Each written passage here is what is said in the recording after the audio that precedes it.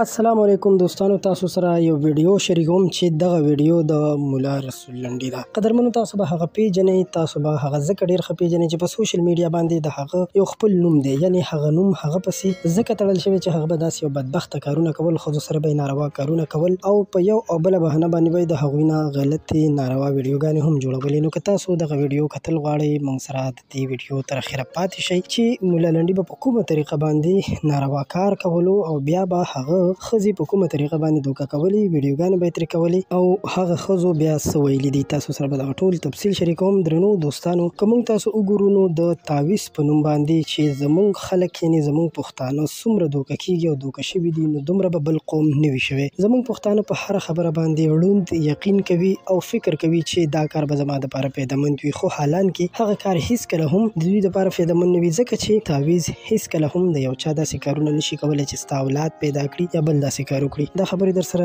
ځکه شریکوم چې مولا لنډي ته به هم کومې ښځې ورتللې د دې دپاره چې د هغوی په کور کې مشکلات دي، د هغوی مشکلات حل کړي، یا د هغوی اولاد نه کېږي، د هغوی اولاد وشي، یا نور داسې کارونه به یې ورسره کول. نو دې بدبخته انسان به ترې ویډیو ریکارډینګ کولو، موبایل به یې ایښی او د هغه موبایل پته به دغه ښځو ته نه وه چې ده به ترې ریکارډینګ هم وکړو. بیا به یې هغوی په یو او بل نوم باندې، په یو او بل بهانه باندې دوکه کولې، هغوی نه به یې پیسې اخیستلې. موږ دا ویډیو د دې دپاره شریکوو چې په دې خلکو کې عقل پیدا شي، شعور پکې پیدا شي. اوس هم زموږ په چاپېرچل کې داسې خلک شته چې هغوی په همدغه طریقو باندې پیسې پیدا کوي، خپل جنسي خواهشات سړوي. نو چې دغه خلک هوښیار شي، پوه شي، داسې جعلي خلکو ته لاړ نه شي، جعلي مولیانو ته لاړ نه شي او خپل ځانونه د دغسې بدبختو خلکو نه وساتي. امید لرم چې زما دا پیغام به ستاسو خوښ شوی وي. که ویډیو مو خوښه شوې وي، ضروري لایک کړئ، خپل نظر راسره شریک کړئ. له نورو تازه معلوماتو لپاره موږ سره تر اخره پاتې شئ او زموږ چینل هم سبسکرایب کړئ.